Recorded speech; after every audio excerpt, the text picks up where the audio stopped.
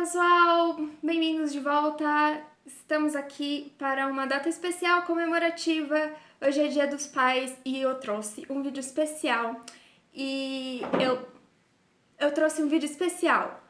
Hoje vamos falar de algo muito importante, muitas vezes esquecido, ignorado quando a gente pensa nessa data. Então venha comigo enquanto nós pensamos os top 5 DILFs da literatura. Se você não sabe, DILF é uma sigla em inglês que, traduzindo livremente, é algo como pai atraente. Então, eu tenho alguns critérios para essa lista. Basicamente, eu incluí pais, então eles têm que ser pais, tem que ser mais velhos de meia idade, ter a vibe de tiozão, porque se for só pai, mas for jovem, não conta, não é um DILF. Se for de meia idade, mas não for pai, também não conta, não é DILF. E o fato de ser pai tem que ser importante para a história, tem que ser parte do arco narrativo, parte do enredo.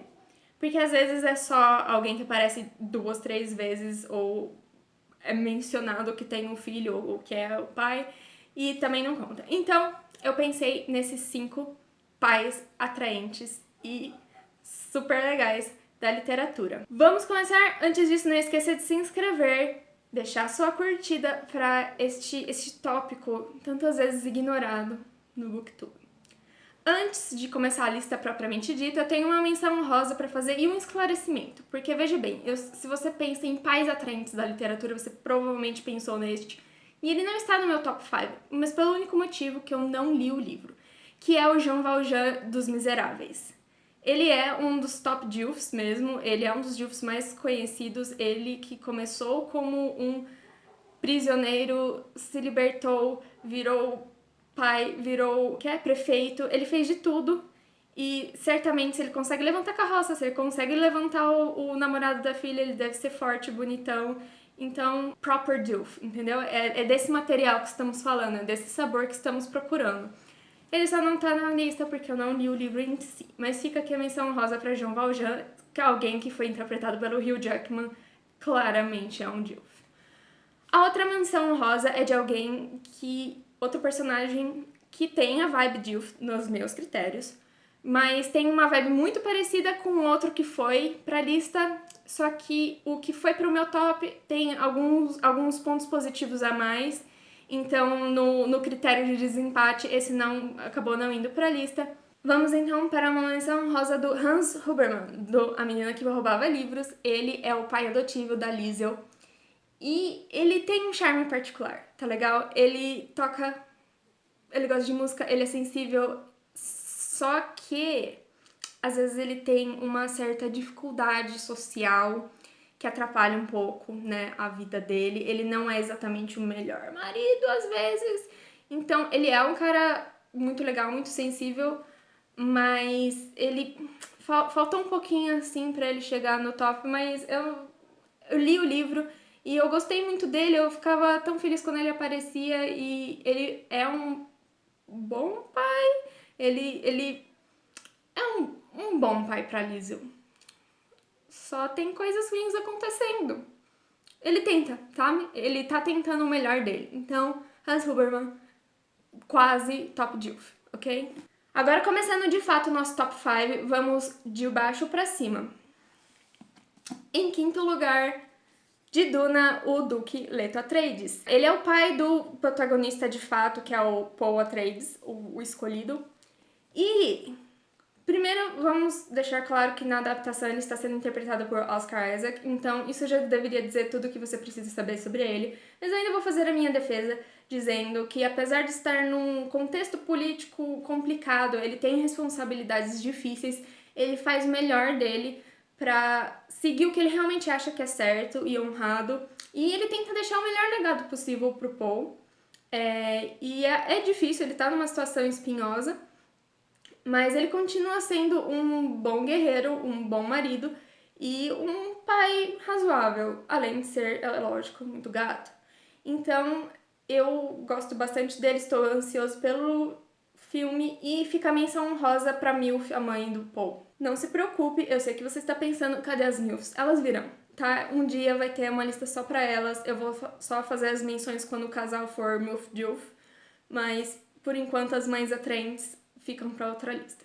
Em quarto lugar, direto da literatura infanto-juvenil, o pai da protagonista de Coração de Tinta, o Mo. Nessa série, ok, é uma trilogia, certo? Nesse primeiro, ele já é um DILF. Porém, no segundo, eu não vou dar muitos spoilers, mas vamos dizer que ele assume um papel ainda mais sexy, ok? Ele tem uma máscara, ele tem uma fama de bad boy, entendeu?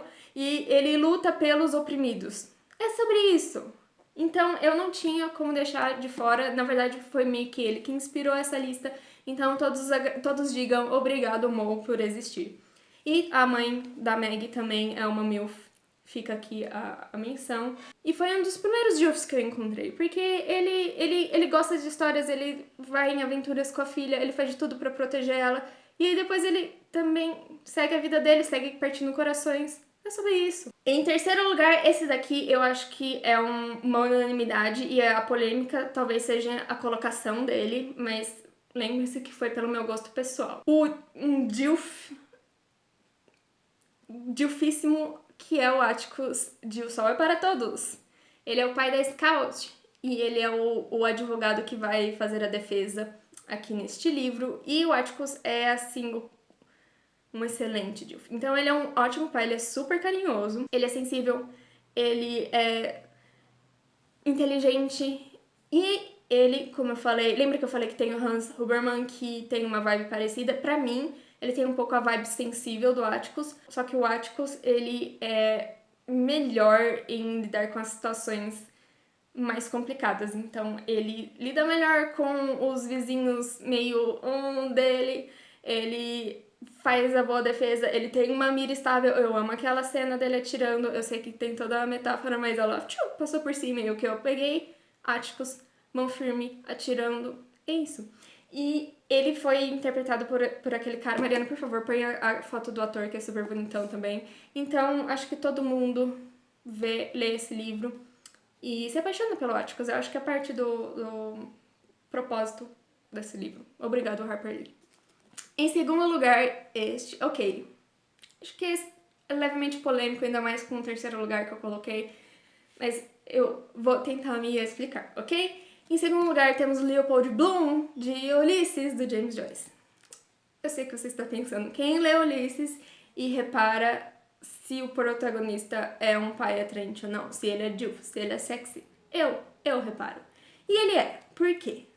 Ele é sensível, ele é alto, ele sofre bullying dos colegas dele, mas ele não liga, ele é criativo, ele tem hábitos simples, ele é uma pessoa simples e ele é um bom marido e relativamente um bom pai. E ele tem esse trauma em relação ao filho dele, o filho mais novo dele que morreu. Então, tipo, o arco dele, uma das muitas partes da personalidade complexa dele é justamente o fato dele ser pai e ele ter alguns fantasmas, literalmente, em relação a isso, e isso foi muito legal.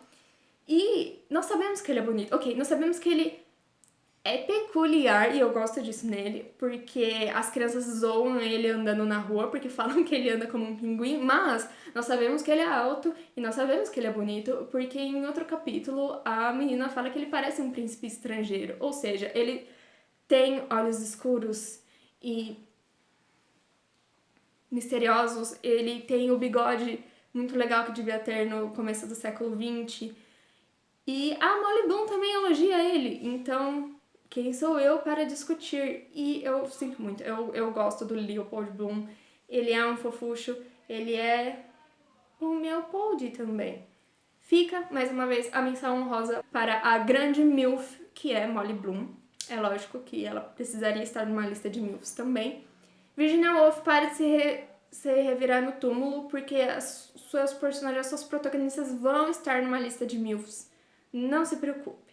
Fica a menção dúbia a Orlando, que talvez fosse um MILF, mas ele só teve filho quando ele já era mulher. Então, ela talvez seja uma MILF.